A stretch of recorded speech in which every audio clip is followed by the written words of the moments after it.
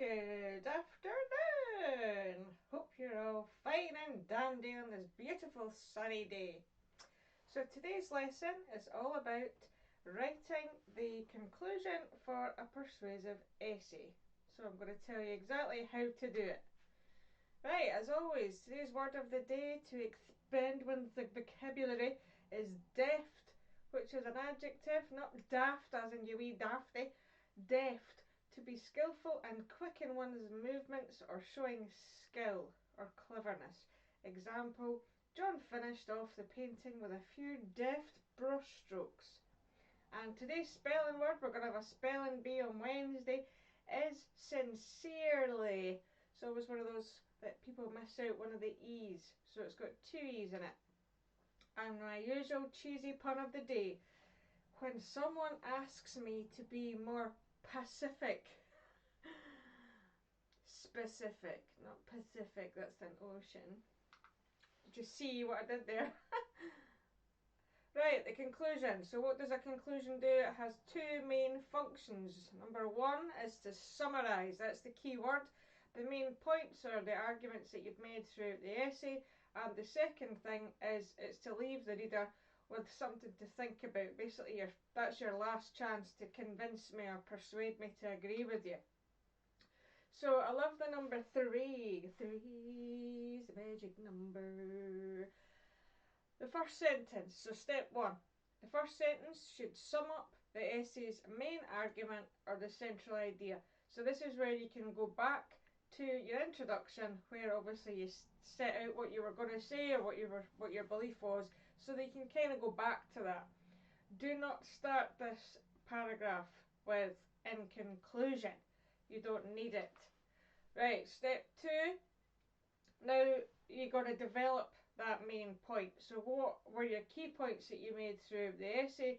So this is where you can have a wee look at your main body paragraphs and just try and sum up 2 or 3 of the strongest ones of them.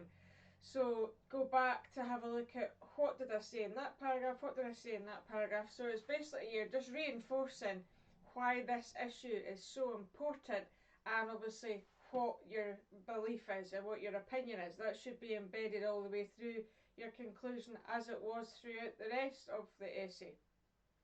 This summary should be clear and concise, so I would usually say around about 3 sentences for the second step.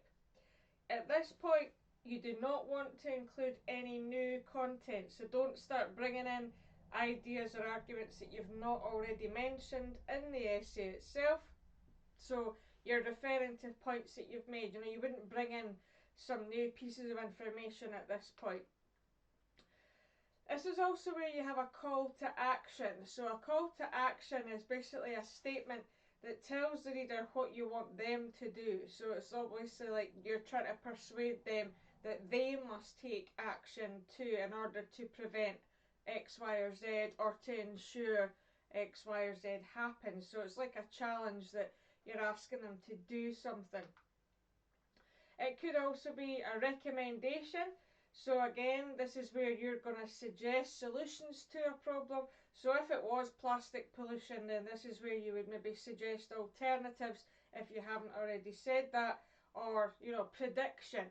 That could obviously be if we do not take action now, so you're going to predict what will happen in the future if, nothing happens as a result of what you've been talking about. You can also ask a question. So again, thinking about techniques that we've looked at. So a rhetorical question in particular obviously is there to make the reader think about a topic.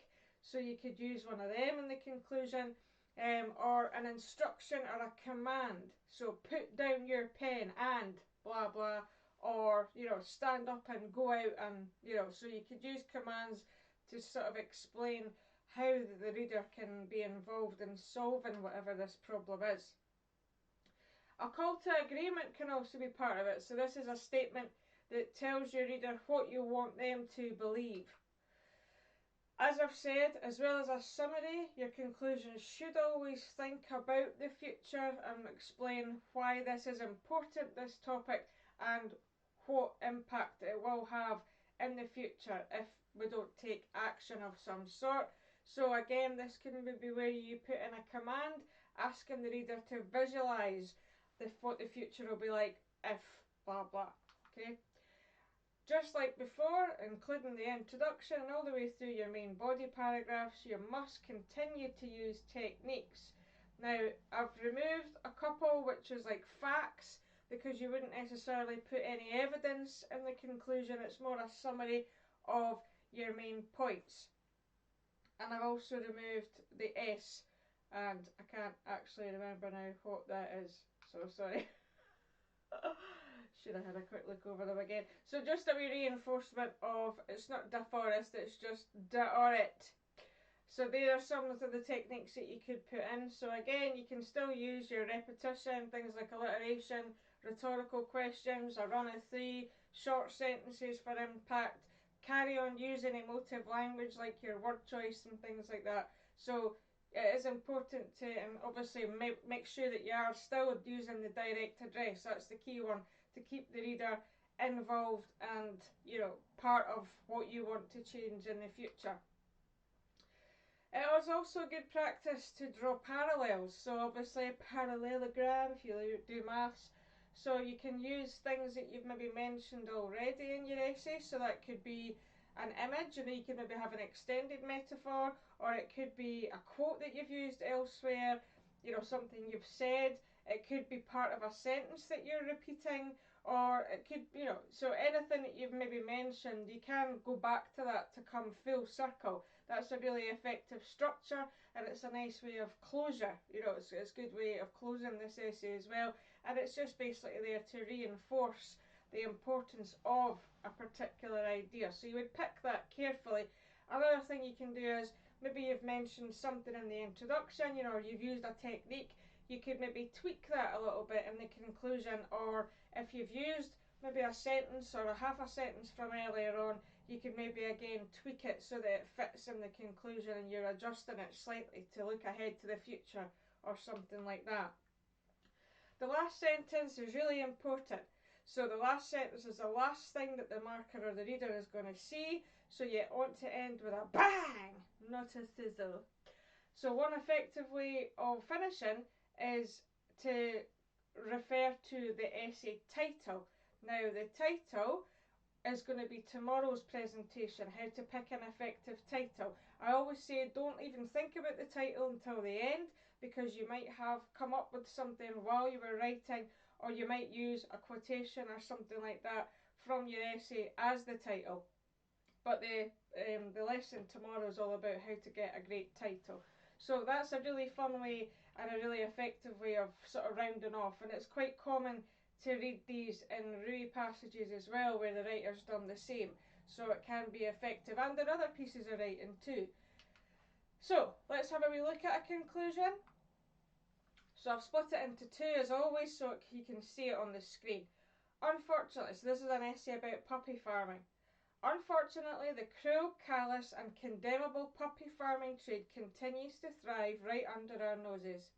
Many consumers remain oblivious to where their canine companions come from. It's time for us all to take responsibility. If we choose to buy a puppy, we must select only registered, responsible breeders. Only then will we break the cycle of animal cruelty, of bitches living lives of misery and puppies being punished purely for profit.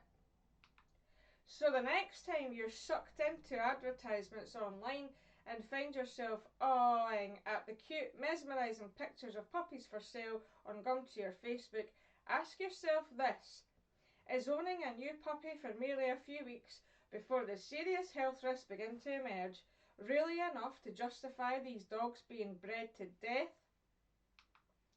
So if we have a look at some of the techniques within it, not all, but I've just highlighted a few just to show you an effective conclusion.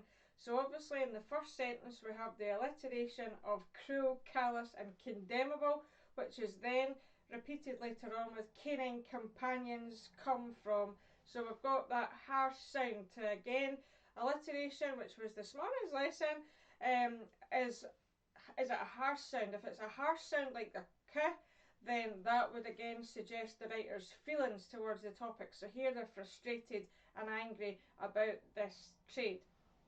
Obviously you've got the strong word choice of callous and condemnable, and that's also a run of 3. So you've got cruel, callous and condemnable. So there's 3 techniques in that one little bit alone.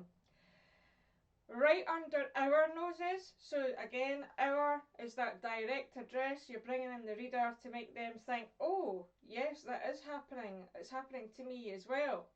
And then that's continued with the command, it is time for us all to take responsibility. So that's obviously a strong, impactful sentence that's, just to try and get us energized and think. It's a call to action, which is obviously what I've mentioned earlier on.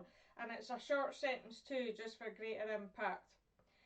At the end of that it says, puppies being punished purely for profit. So again, we've got more alliteration, harsh sound of the P to suggest, that they're condemning that fact, that they're quite critical of this profit that's been created from this trade.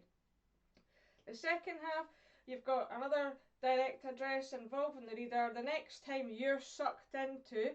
So although that's a kind of negative comment in terms of it could happen to you, you're going to be manipulated in that way, it's suggesting that everybody is at risk. It's not like you're calling them stupid or anything like that. And then you've got inverted commas at the awing. Now obviously that's a made up word really here, so it's just a sound effect, so it's obviously more like your onomatopoeia, awing. So again, that's just used for impact to suggest that the pictures are misleading because you see them and then fall in love with the little pups. Then you've got another direct address, ask yourself this. So again, that's the sort of thing that you would hear politicians using, so it's very persuasive in its suggestion that there's something strong about to finish. And obviously the last sentence of this essay in conclusion is the rhetorical question, is this puppy owning it for a few weeks, blah blah blah, which is clearly the answer is no, it's not worth it. Then the last 3 words, bred to death, is actually what this essay was called, so she's effectively returned to that returned to that in the conclusion, because obviously the whole thing was about the dangers and physical health and impact of little pups with the puppy farming trade. So that rhetorical question is a clever link, but it's also making us think absolutely not. So it's again, that last sentence is there to persuade us to agree with the writer. And that's it.